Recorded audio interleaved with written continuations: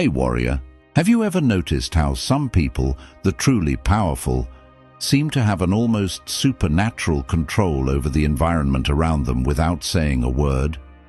They don't shout, they don't beg, they simply withdraw their attention, and suddenly the energy shifts. The world bends to them. Now, imagine if you did the same. If you stopped reacting immediately to every provocation, if you chose silence instead of the automatic defense, if you chose retreat instead of explosion, what would happen? The answer is brutal. When you stop being always available, emotionally, physically, psychologically, the world around you goes into crisis. Why? Because most people are used to controlling you through your reactions, through your impulses, through your utter predictability. But the day you choose to withdraw, the game changes. And those who thought they knew you realize they know absolutely nothing about the sovereign you are becoming. The great Stoic, Epictetus, born a slave yet dying a master of his mind, taught us this truth.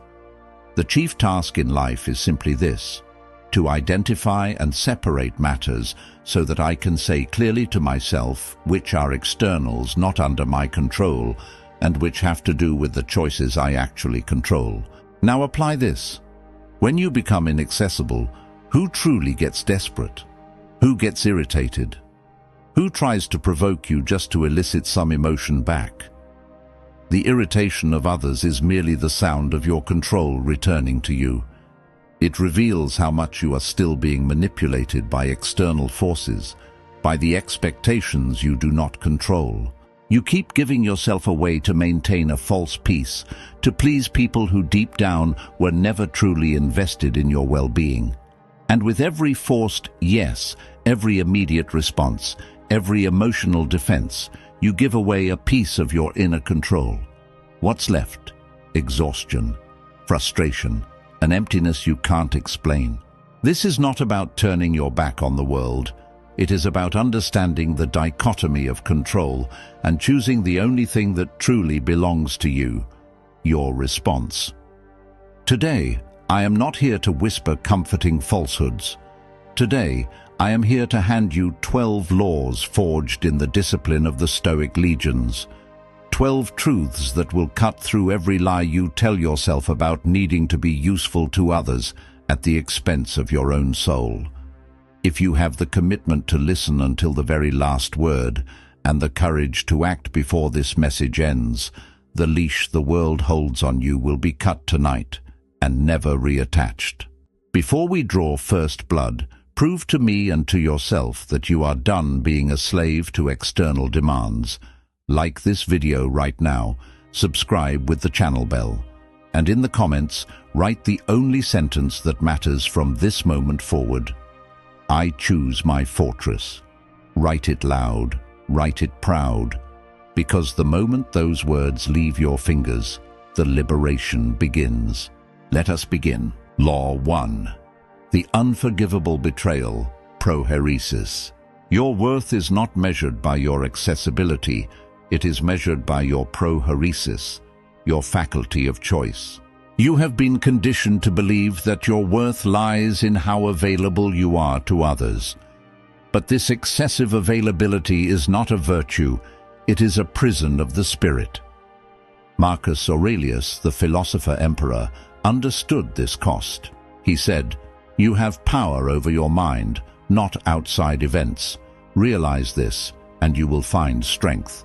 As long as you believe you need to be accessible, you will be manipulated, drained, and forgotten as soon as you are no longer functional for others. Being always available makes you seem predictable, and everything predictable becomes a tool. The Stoic command: open your mind, open your prohairesis. Block the next 60 minutes of today for the single most self-defining, non-negotiable activity you have been neglecting. Do it before you hear another word. Reclaim the hour. Law 2. The trap of the persona. Over-availability is a subtle form of self-abandonment, driven by the fear of being truly seen. You say, "It's okay" when you are suffocating. You respond immediately, even when exhausted. You explain yourself, justify yourself, defend yourself, as if you owe the world a full, immediate account of your being. This is the desire for validation, the fear of rejection. But Seneca warns, we are more often frightened than hurt, and we suffer more from imagination than from reality. Your image of being helpful and kind, the mask you wear, is costing you your peace. The price of maintaining that false image is your vital energy, distributed as if it were infinite when it is limited. Law 3. The sovereignty of apatheia. The goal is not coldness, it is apatheia, freedom from emotional disturbance, achieved by cutting the strings of reaction. Why do we react so much? Why do we give in so easily? It is because we have not mastered the art of non-reaction. Every time you react impulsively, you are declaring that the external trigger has power over your internal state. Epictetus was clear. Don't demand that things happen as you wish, but wish that they happen as they do happen, and you will go on well. The more you react, the more you bind yourself to the expectations of others. You are not weak, you are misdirected. True power is not in reacting, it is in choosing when and how to act. Law 4. The discipline of withholding. True power is not in the defense, it is in the refusal to engage. When you engage in useless discussions, when you defend yourself against a criticism that didn't deserve attention, you are spending your inner strength on what does not nourish you. Seneca knew the secret. Associate with those who will make a better man of you. Welcome those whom you yourself can improve. The opposite is also true. Distance yourself from those who drain you. When you conserve your time and attention, you become less vulnerable to the opportunistic people who sense that you do not know how to guard your inner resources. Law 5. The shield of selective presence.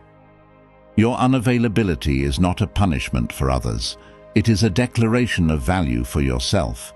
The cruelest point is this: the more available you are, the less value others give you. What is too abundant becomes emotional rag. No one respects what they don't have to earn. When you set a boundary, when you refuse to react, those same people get irritated, accuse you, or say you are weird. It's not because you changed, it's because you stopped being functional for them. Your withdrawal is not a personal attack. It is a defense of your own inner citadel. You have nothing to apologize for. We have discussed the laws, but now we must confront the central Stoic betrayal, the cost of the unchosen life. Look at your life today. Now, envision the life you could be living if you had prioritized your peace and discipline over the approval of others for the last 5 years.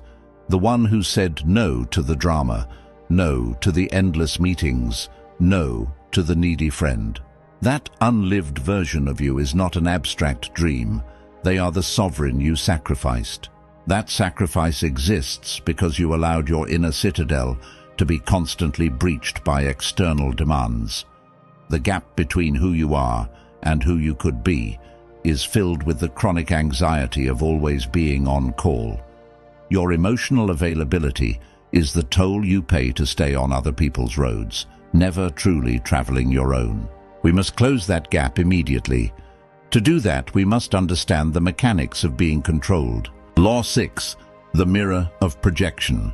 The manipulator doesn't need to control you, they just need you to keep reacting the same way. Opportunistic people don't need to raise their voices, they just trigger the buttons you've left exposed. The constant praise that comes with a task, the emotional drama that requires your rescue. None of this is by chance. They are not relating to you, they are relating to the role you agree to play. The most effective manipulation happens in the silence of guilt, when you believe you owe something to the other. But when you stop reacting, when you choose silence, when you refuse to explain yourself, the projections crumble. The mask they put on you falls. Your unavailability is a threat because it forces them to confront their own emptiness. Law 7. The practice of sustain et abstain. Endure and renounce. Conscious silence is not absence. It is amplified presence and supreme self-mastery. The modern world is noisy. Everyone wants to be heard. But there is a power few master, the power of lucid silence. This is not the silence of cowardice, but of conscious refusal. When you stop reacting, you begin to observe. Epictetus advised, "Remember that you must behave in life as at a dinner party. You take only what is offered. You do not grab. You do not demand."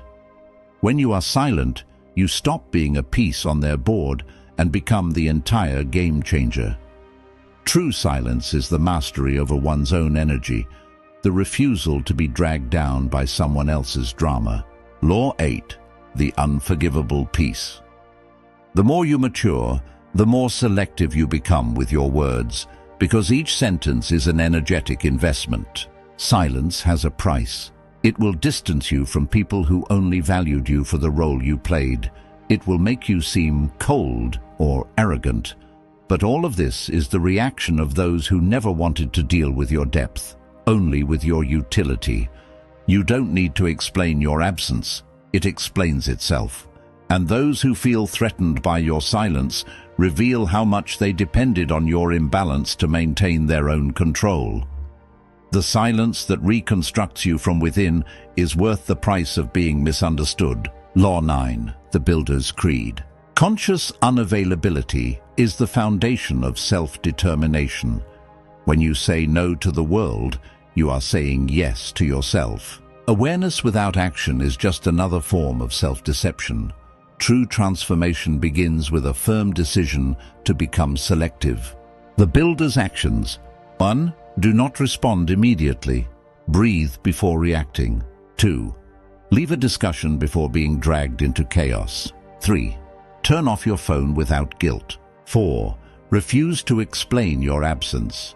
You owe nothing to anyone but yourself. When you refuse to explain yourself, you take away the other person's power to keep you within a narrative where you are always the accessible, understanding resource. Law 10. The necessity of retreat. Every process of self-creation requires a period of sacred isolation, a time of inner retreat. You must relearn to listen to your own voice without the world's interference. You must rebuild your identity not based on the gaze of others, but from your own center. A thermometer for your evolution. Observe who starts to distance themselves from you when you become reserved. Observe who tries to provoke you when you stop reacting. These are not signs that you are wrong. They are proof that you have begun to free yourself. Conscious unavailability is the foundation of respect. Law 11. The solitude of the strong. The solitude that follows the rupture is not the solitude of absence. It is the solitude of total self-presence. When you stop being available to everyone, first comes the guilt, the fear of loss. But gradually, the silence cleanses, calms, and heals. And then comes solitude, the solitude of the strong, the solitude of one who no longer betrays themselves to keep others close. In that space where there was once neediness, a new kind of strength enters, the strength of being whole within yourself. You are not fleeing the world, you are returning to yourself. Law 12. The final law, amor fati, the love of the friction. Love the friction of being misunderstood. It is the cost of becoming rare, valuable, and unforgettable. You will lose people, but you will find yourself. You will become misunderstood, but finally, you will begin to be respected.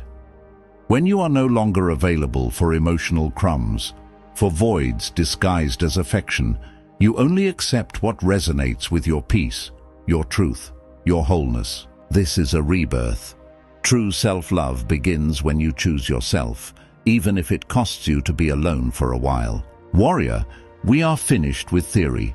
We are finished with understanding. Understanding without action is just the world's leash wrapped around your neck one more time. Here is your final command. This is the moment of your transformation. Pause this video right now. Stand up. You are done sitting in the judgment seat of others. Set a clear, unbreakable boundary for the next 24 hours. No immediate responses, no justifications. Do the first 5 minutes of the thing that defines your purpose, not the thing that satisfies someone else's need. Do not think, do not negotiate, do not wait for inspiration.